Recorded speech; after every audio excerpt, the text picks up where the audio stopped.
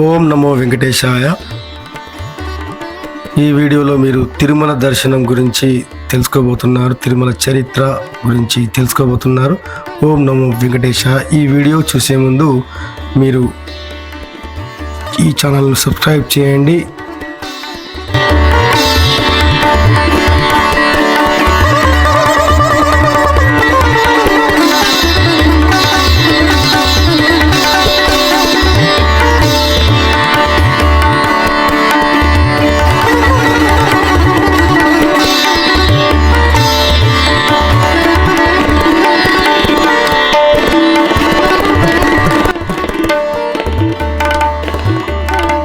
గోవిందనామంతో విరివిగా మార్మోగే పుణ్యక్షేత్రం తిరుమల.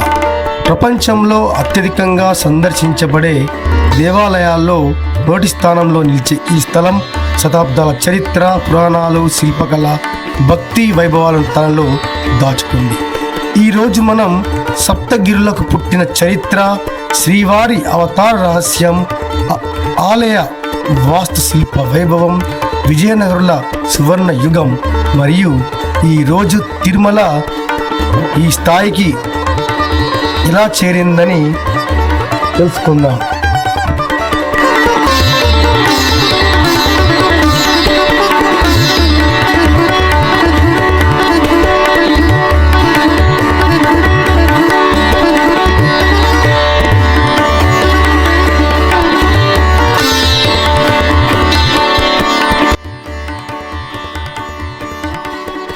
సప్తగిరుల మహిమ.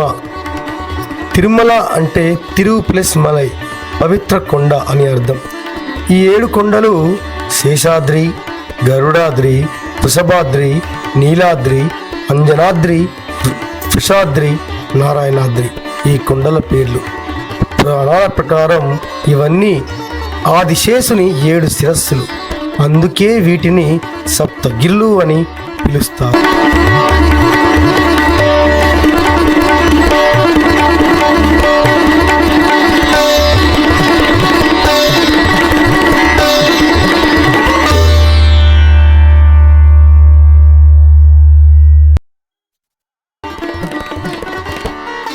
పద్మపురాణం ప్రకారం భూమిపై కలిగిన ధర్మక్షీణతను తొలగించడానికి మహావిష్ణు స్వయంగా అవతరించాలి.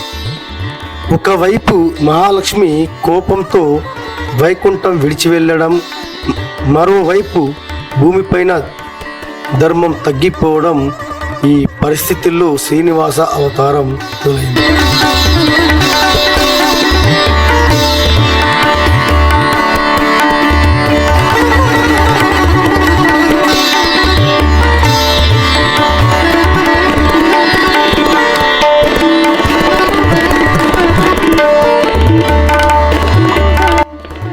శ్రీనివాసుడు పద్మావతి దేవిని వివాహం చేసుకున్నారు.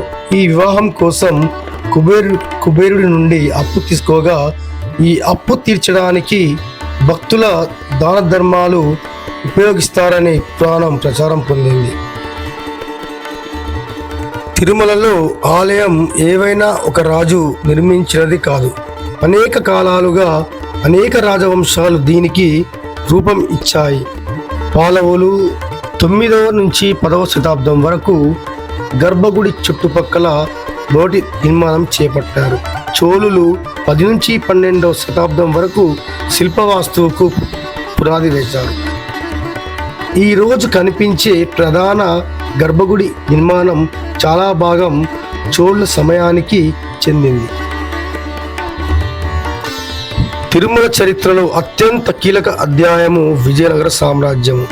శ్రీవారి సేవకులైన విజ్ఞాన సంపన్న రాజులు, తులువ వంశానికి చెందిన రాజులు సులువ సరసరాయులు, శ్రీకృష్ణదేవరాయలు, అచ్యుతరాయలు, సదాశివరాయలు తిరుమల సేవను రాజసంబంధమైన విధిగా భావించారు. శ్రీకృష్ణదేవరాయలు అద్భుత సేవలు, తిరుమల సందర్శనలకు ప్రత్యేక ప్రాధాన్యం ఇచ్చారు.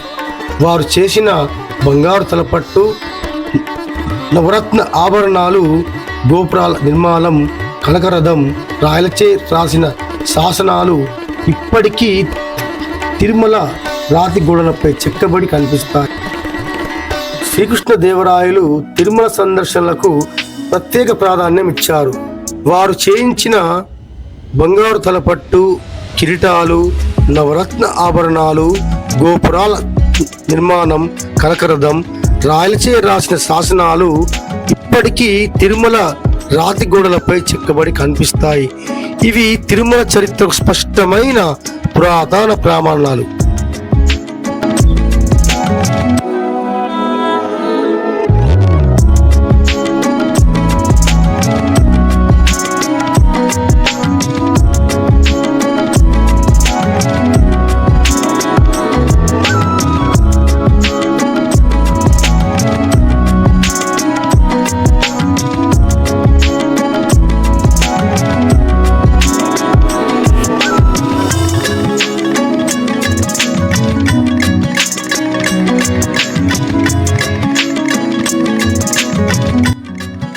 తిరుమలలో రోజు సేవలు జరుగుతుంటాయి. సుప్రభాత సేవ, తోము, అర్చన, ఉత్సవాలు, ముంజల్ సేవ, సాయంత్రం సేవలు, ఇలా ప్రతిరోజు తిరుమలలో సేవలు జరుగుతుంటాయి. తిరుమలలో లడ్డు చాలా ప్రాచుర్యం పొందింది. 300 ఏళ్ల సాంప్రదాయం నుంచి తిరుమల లడ్డు వస్తుంది.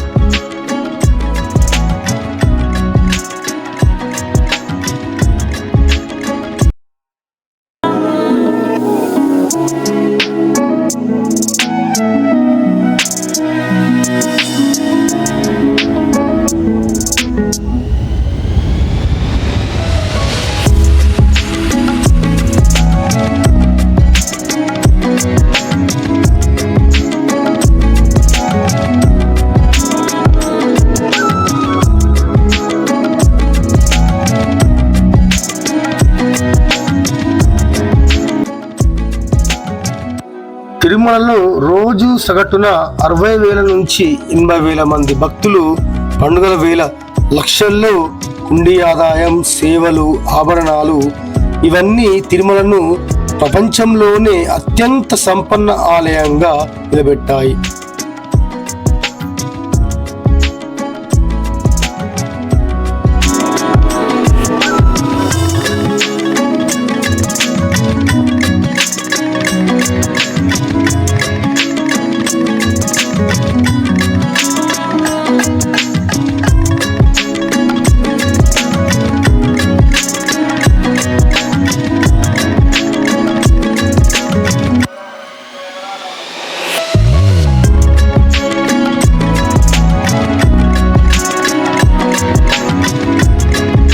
తిరుమల కేవలం గోపురాల సమాహారం కాదు, అది భక్తి, చరిత్ర, ఆధ్యాత్మికత ఒకే చోట కలిసిన దివ్య క్షేత్రం.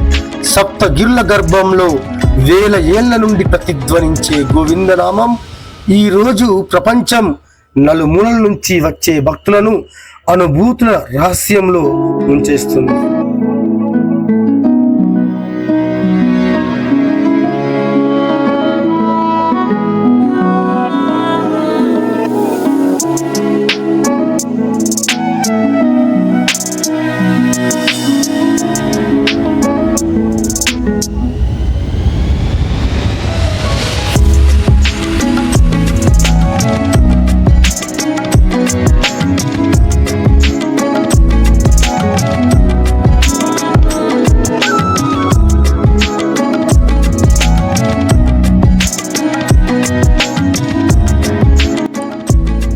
తిరుమల కేవలం గోపురాల సమాహారం కాదు, అది భక్తి, చరిత్ర, ఆధ్యాత్మికత ఒకే చోట కలిసిన దివ్య క్షేత్రం.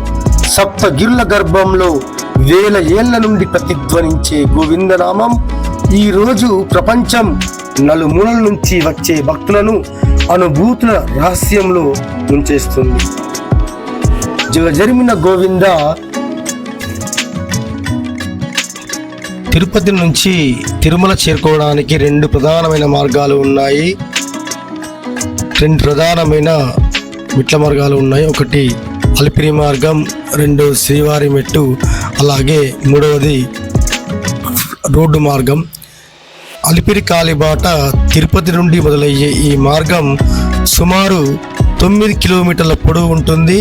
మరియు 3500 పైగా మెట్లు కలిగి ఉంటుంది. శ్రీవారి మెట్టు ఇది అలిపిరి మార్గం కంటే చాలా తక్కువ, సుమారు 3 కిలోమీటర్ల పొడవు ఉంటుంది. పురాణాల ప్రకారం శ్రీవారు వివాహ అనంతరం ఈ మార్గం గుండా తిరుమల చేరుకున్నారని నమ్ముతారు.